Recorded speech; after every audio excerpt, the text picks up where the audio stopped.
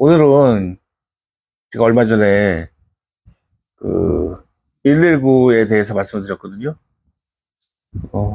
어떤 내용이냐면 사고나 질병으로 갑자기 응급 환자가 생겼을 때 어떻게 대처해야 되느냐 말씀을 드렸었는데, 제가 이제 드렸던 말씀의 핵심이 섣불리 만지지 말고 119에 먼저 전화해서 음, 구급대원을 기다리고 그런 내용이었어요. 근데 댓글로 하이가 좀 있었습니다. 내용은 이제 119 기다리다 죽으면 어떡하냐, 하염없이 언제까지 기다리냐, 그런 내용이었는데요. 119 구급대에 대해서 좀 더 자세하게 설명을 하고 대처 요령, 갑자기 환자가 생겼을 때 말씀을 좀 드리겠습니다. 제가 뭐 119에 대해서 잘 아는 거는 제가 119에 자주 실려갔습니다. 갑자기 사고도 나고 아프기도 하고, 보통 건강한 사람들은 살면서 아마 119를 한 번도 안 부르는 분도 계시고, 기껏해야만 한두 번 두세 번일 텐데, 저는 정말 한 20, 30번 부른 것 같아요. 좋은 건 아닌데, 그래서 119와 응급대원, 구조대에 대해서 많이 알게 됐고요. 제가 아는 것에 대해서 최대한 설명을 드리고 어떻게 해야 되는지 말씀을 드릴게요. 우선 119는 구조대와 구급대로 나눠져 있습니다. 구조대는 뭐냐면 이제 불, 화재, 지진, 천재지변 뭐 났을 때 빨간 사다리 차 있잖아요. 큰 차. 그게 구조대고, 구급대는 스타렉스 크기, 침대가 안에 달려있는 거. 그래서 응급 환자들이 이송하는 차, 구급대. 크게 이제 구조대와 구급대로 나눠져 있고요. 119가 서울시가 25개의 구로 이루어져 있잖아요. 송동구, 서대문구, 마포구, 강남구. 각 구마다 다 있습니다. 이 말씀을 왜 드리냐면, 119에 전화를 해서 도움을 요청하면 그 해당 지역구에서 사고 지역으로 오기 때문에 멀지가 않습니다. 사이렌을 켜고 오겠죠. 짧은 시간 내에 도착할 수가 있습니다. 여기까지는 알고 계신데요. 많은 분들이 모르고 계시는 거는, 전화를 해서 이제 얘기를 할 거 아니에요. 119에다가 어디가 다쳤다, 위치는 어디다, 이렇게 얘기하면 상담하는 분이 계세요. 그분이 응급처치를 어떻게 해야 될지 말씀을 해주십니다.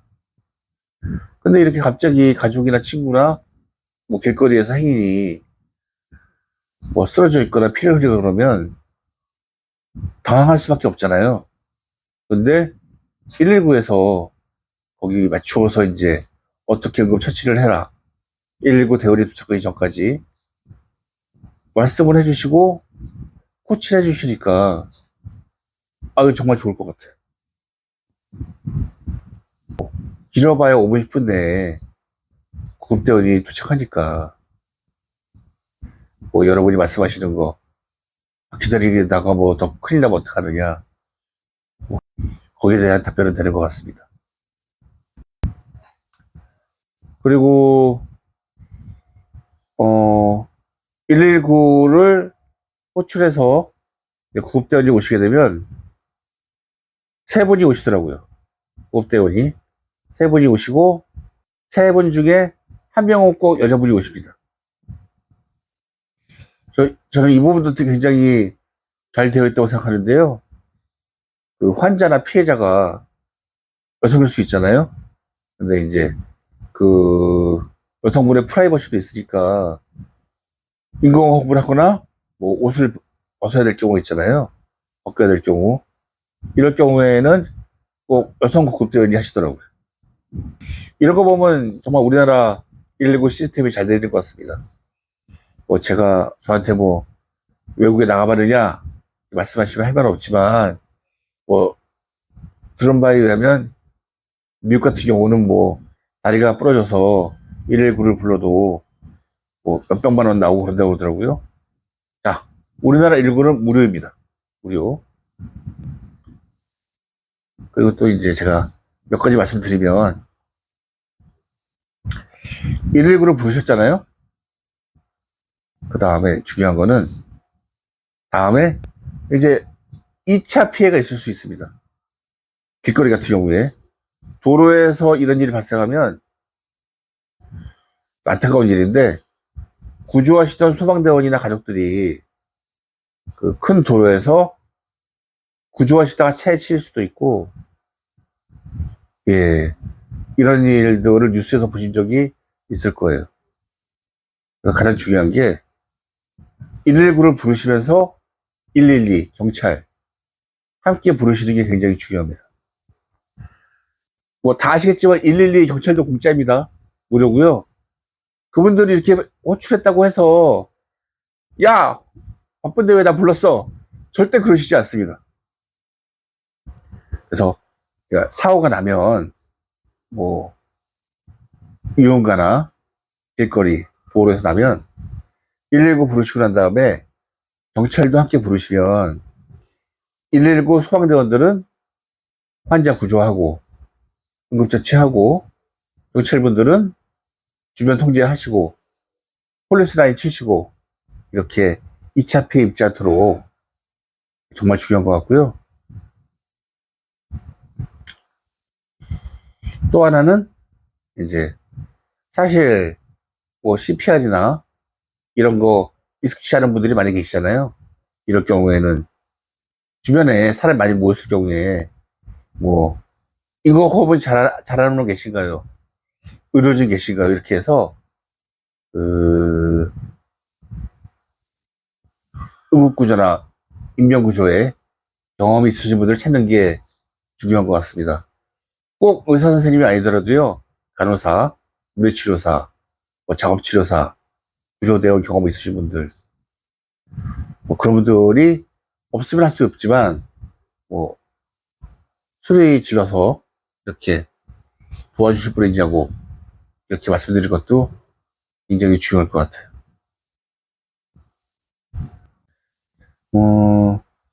제가 지금까지 말씀드렸던 거뭐 어렵지 않잖아요. 그래서 가장 중요한 거는 그 갑자기 환자, 피해자 뭐 이렇게 생겼을 때 섣불리 만지지 않는다. 119나 뭐 경험 있으신 분들 그런 분들한테 이런 응급처치를 맡기는 것이 가장 좋을 것 같습니다. 제가 이렇게 말씀드리는 가장 큰 이유 중에 하나는 제가 이제 1992년에 33년 전에 교통사고를 당해서 이렇게 전신마비 장애인이 되었는데요. 교통경찰이. 그때 근데 상황도 이해가 돼요. 갑자기 이제 애가 이제 이태원 번화가에서 차에 치여가지고 쓰러져 있으니까 주변 사람들이 막 이제 뭐 빨리 옮겨라 병원으로 가라 이러니까 이제 경찰분들이 당황하셔가지고 저는 이제 응급처치 없이 교통경찰차 그 뒷시트에 이제 밀어 나온 거예요. 이러면서 목이 2차 부상을 당해서 완전히 골절돼가지고 이렇게 완전 회복이 불가능한 전신마비가 됐거든요. 그래서 저 같은 사람이 다시는 생기기를 바라지 않는 마음에서 이렇게 말씀을 드립니다. 지금 신문기사 보시고 계신데요. 그 2000년 도입니다. 4월 달에. 그 롯데자이언츠의 임수혁 선수라는 분이 계셨는데 경기 중에 LG 트윈스와 그 1루에서 2루로 뛰다가 갑자기 쓰러지셨어요. 그리고 심장마비가 오셨고 결국 이제 안타깝게도 식물인간으로 사시다가 사망을 하셨습니다. 근데 아무런 조치도 못 받아서 이렇게 식물인간 되시고 사망하셨는데요. 2000년 때만 해도 우리나라 경기장이나 이런 조치가 미흡했습니다, 사실. 25년 전 일인데요. 너무 안타깝죠. 이렇게 정말 간단한 응급조치만 바르셨어도 귀중한 생명을 이제 안타깝습니다, 정말. 우리나라도 이제 뭐 이런 거 많이 조치가 강화돼서 경기장 내에 뭐 의료 인력들 갖춰져 있고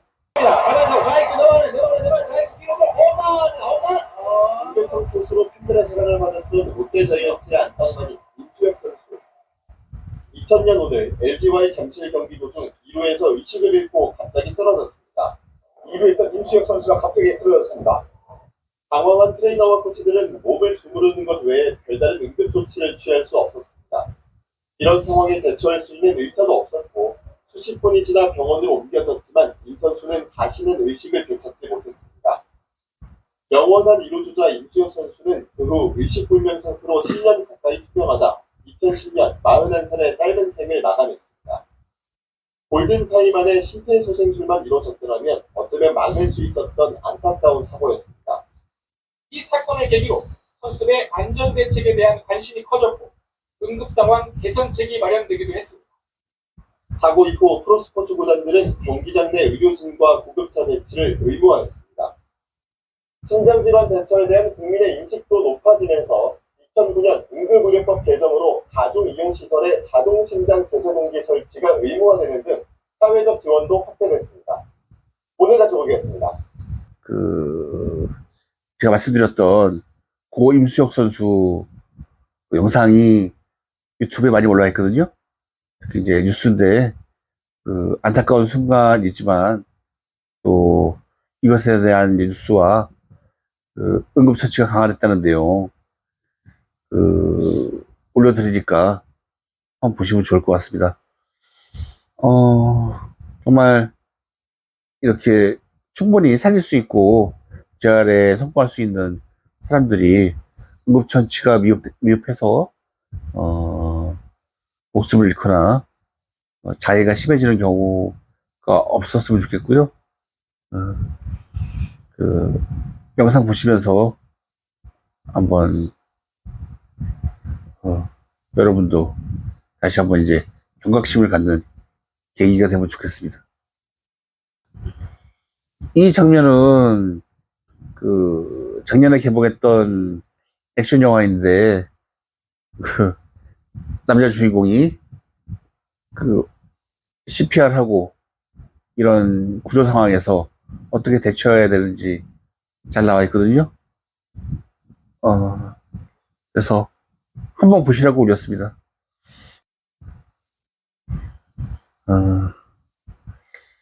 여러분들은 이런 일 안 당하시면 좋겠지만 사고란 이제 알 수 없는 것이니까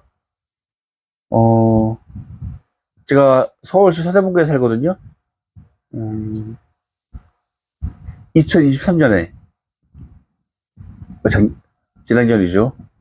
통계청 자료를 보면 한 달에 교통사고로 인해서 부상을 입은 사람이 한 달에 100명이라고 합니다. 100명.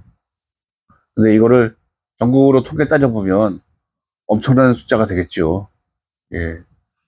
그래서 이런 사고, 질병, 또 이로 인한 장애, 사망, 이런 것은 항상 우리 주위에 도사리고 있으니까, 예.